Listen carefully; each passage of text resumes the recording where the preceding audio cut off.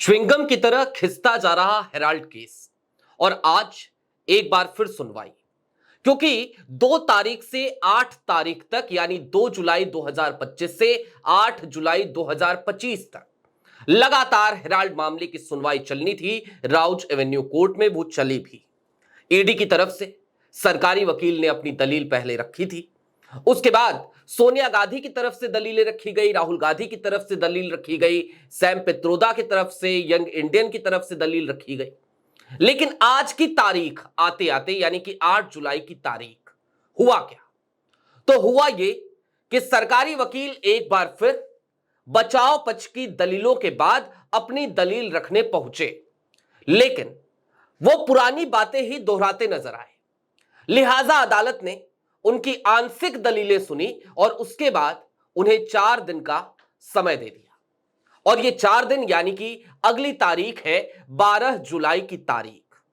और 12 जुलाई की तारीख में क्या प्रवर्तन निदेशालय की तरफ से उनके सरकारी वकील कोई नई दलील लेकर आ पाएंगे? आज यही सब समझने की, जानने की कोशिश करेंगे और साथ ही साथ तफसील से बात करेंगे इस मुद्दे पर कि क्या अब हेराल्ड केस वाकई में सिर्फ 4 दिन का ही मेहमान बनकर रह गया है क्या? नमस्कार, मैं स्वप्निल, आप द न्यूज लॉन्चर देख रहे हैं। 11 बजे का वक्त यानी आपकी और हमारी मुलाकात का वक्त, 11th आवर का वक्त।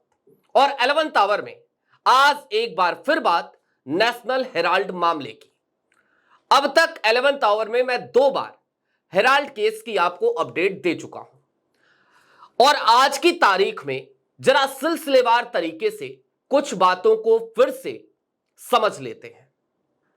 हेराल्ड का मामला और उस हेराल्ड के मामले में गांधी परिवार को आरोपी बनाया जाना, साथ ही साथ और भी नाम जैसे सुमन दुबे, जैसे सैम पित्रोदा और साथ ही साथ कंपनी यंग इंडिया। और आरोप ये कि दरअसल साजिश रची गई इस बात की कि एजीएल की संपत्ति हड़प ली जाए और उसकी कीमत बताई गई 2000 करोड़ रुपए। लेकिन 2 जुलाई से 8 जुलाई के बीच में जो सुनवाई हुई, इसमें कुछ लूपहोल्स और भी खुलकर सामने आ गए। और आज की तारीख तक जो लूपहोल्स सामने आए हैं, उनमें जरा जो बड़े लूपहोल्स हैं उनको समझ लीजिए। इनकम टैक्स यह कहता है कि पैसों की कोई ट्रांजैक्शन हुई ही नहीं और ईडी दरअसल उसी ट्रांजैक्शन को आधार बनाकर यह मुकदमा चला रही है। कॉन्ट्रडिक्शन है ना 2 सरकारी एजेंसियों में, क्योंकि 90 करोड़ के कर्ज का मामला इनकम टैक्स जो है इसको नकारता है, कहता है पैसों का ट्रांजैक्शन नहीं है। और फिर ईडी कहती है नहीं जनाब, वो 90 करोड़ की कर्ज माफी और उस कर्ज माफी के एवज में दरअसल संपत्ति हड़पी जा रही है। और इससे भी ज्यादा बड़ा लूपहोल जानते हैं क्या है? प्रवर्तन निदेशालय ने जो ईसीआर दर्ज करी, उस मामले में एक बड़ा खुलासा तब हुआ जब यंग इंडिया ने कल की तारीख में यानी 7 जुलाई की तारीख में अपनी दलील रखी थी। यंग इंडिया की तरफ से उसके वकीलों ने जो बताया वो बेहद चौंकाने वाला था। और पता यह चला कि दरअसल सुब्रमण्यम स्वामी, जी हां, सुब्रमण्यम स्वामी ने कोई भी लिखित में शिकायती पत्र ईडी को नहीं दिया था। तो फिर भला आखिरकार किस आधार पर यह शिकायत दर्ज की गई, किस आधार पर यह ईसीआर दर्ज की गई? आज इस ईसीआर की संवैधानिकता पर भी एक सवाल खड़ा हो रहा है। खैर, अब मामला तो चल ही रहा है, अदालत में चल रहा है।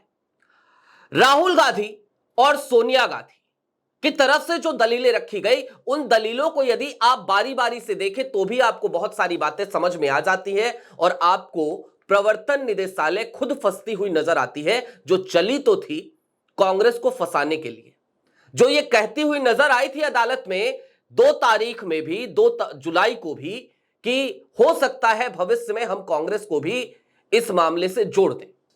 लेकिन सोनिया गांधी की तरफ से जब पहली बार दलील रखी गई इस मामले में, अभिषेक मनु सिंघवी पेश हुए, तो उन्होंने सीधे तौर पे कुछ सवाल उठाए, बुनियादी सवाल। उन्होंने कहा कि संपत्ति का अधिग्रहण हुआ है क्या? संपत्ति का स्थानांतरण हुआ है क्या?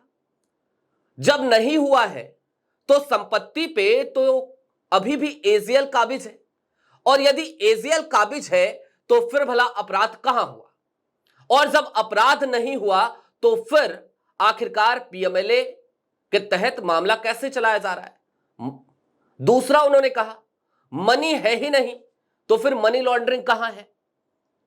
और इन सब के साथ साथ अभिषेक मनु सिंघवी ने दरअसल दो टुक शब्दों में यह कहा था कि गांधी परिवार बचाना चाहता था एजीएल को, नेशनल हेराल्ड को। और क्यों बचाना चाहता था? क्योंकि दरअसल ये नेहरू की विरासत है, ये कांग्रेस की विरासत है, ये आजादी की लड़ाई की विरासत है। और ऐसे में कांग्रेस क्या अपने अखबार को बचाने की कोशिश नहीं करेगा?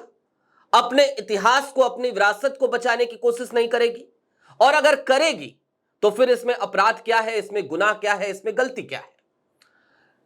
अगले दिन राहुल गांधी की तरफ से वकील पेश हुए तो उन्होंने भी कुछ सवाल उठाए। उन्होंने तो यहां तक कह दिया कि एक बात बताइए, आखिरकार यदि कर्ज से मुक्ति दिलाना चाहती थी कांग्रेस, कर्ज से मुक्ति दिलाना चाहता था गांधी परिवार एजीएल को, तो इसमें क्या गलती हो गई? और उन्होंने एक बड़ा बुनियादी सवाल उठाया। उन्होंने कहा कि आखिरकार प्रवर्तन निदेशालय यह सलाह कैसे दे सकता है किसी कंपनी को कि भाई आपके पास 2000 करोड़ की संपत्ति है तो आप कर्ज से मुक्ति पाने के लिए अपनी संपत्ति बेच दो। इस बात की सलाह देने का अधिकार प्रवर्तन निदेशालय को किसने दिया? यह हमारा मैटर है, यह हमारी अंडरस्टैंडिंग होगी कि हम अपने कर्ज से कैसे मुक्ति पाते हैं।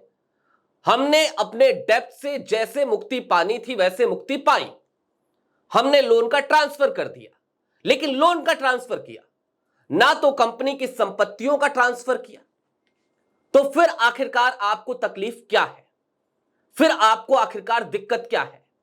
और आज दरअसल उन्हीं सब दलीलों की काट करते हुए प्रवर्तन निदेशालय को अपनी बात रखनी थी।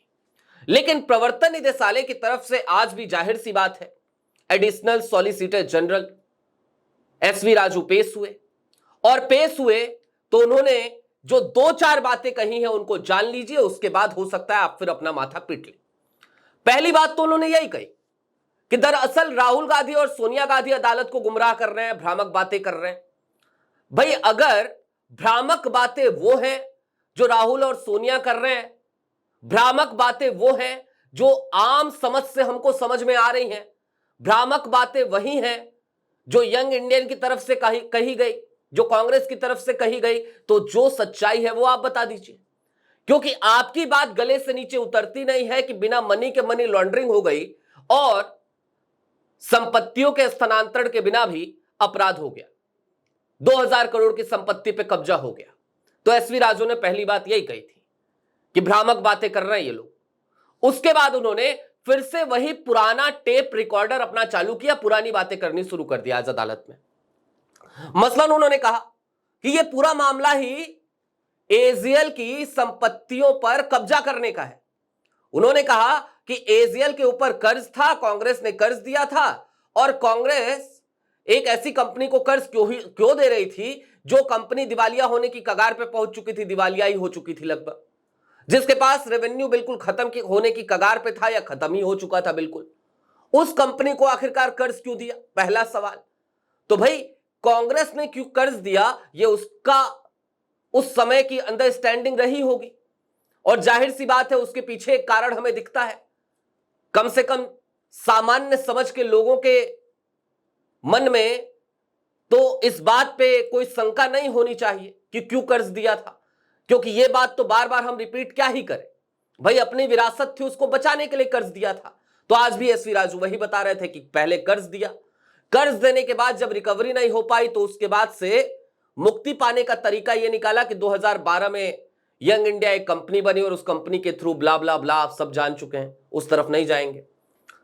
लेकिन अब आपको एक बार फिर से आज मैं दोनों कंपनियों की डिटेल दिखाना चाहता हूं। आपकी स्क्रीन पर सबसे पहले यंग इंडियन की डिटेल्स हैं। जुबाकार करके एक वेबसाइट है, मिनिस्ट्री ऑफ कॉर्पोरेट अफेयर्स के तहत जो भी कंपनियां रजिस्टर्ड होती हैं उनकी डिटेल्स आपको इस वेबसाइट पे मिल जाती है। आप यहां पे देख सकते हैं 5 लाख रुपए ऑथराइज कैपिटल है यंग इंडियन की। अब मैं आपको दूसरी डिटेल दिखाना चाहता हूं जो एजीएल की है, एसोसिएट जर्नल्स की, वो भी आपके स्क्रीन पर है, लगभग 100 करोड़। अब आप समझ सकते हैं कि इसकी वैल्यूएशन कितनी है।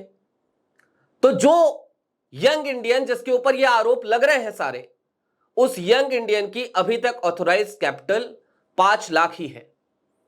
और आरोप ये लग रहे हैं कि यंग इंडियन बनाया गया, उसके 76% शेयर चूंकि गांधी परिवार के पास थे, लिहाजा ये एक तरीका और तरीकेकार था 2000 करोड़ रुपए की जो संपत्ति थी एजीएल की, उस पर काबिज हो जाने का, और वो संपत्ति गांधी परिवार के अधिकार में थी। वो बात फिलवक्त हम जैसों की समझ में नहीं आती, अदालत की समझ में भी शायद अब तक नहीं आ पाई है, और ऐसा इसीलिए है क्योंकि ईडी उन्हें समझा नहीं पा रही है। अब ईडी अदालत को कब तक समझाएगी ये देखना दिलचस्प होगा। 12 जुलाई को फिर सुनवाई है, और ऐसा लगता है कि 12 जुलाई कहीं ऐसा ना हो कि एसवी राजू फिर से पहुंचे, फिर से वही बातें दोहराने लगे, क्योंकि मुद्दे को जिंदा रखना है, ये एक तरीका है, ये एक तरीकेकार है ऐसे मुद्दों को जिंदा रखना। तो कहीं वही बातें दोहराने लगे और फिर अदालत कहे कि भाई हो गया, बहुत सुन लिए, कुछ और ठोस हो तो बताइए, और ना हो तो फिर हम फैसला सुरक्षित रखते हैं। अब क्या होगा 12 जुलाई को अपडेट जरूर करेंगे। अभी के लिए दीजिए इजाजत, कल फिर मिलेंगे इसी वक्त द न्यूज लॉन्चर पर। कार्यक्रम यही होगा 11th आवर। शुक्रिया।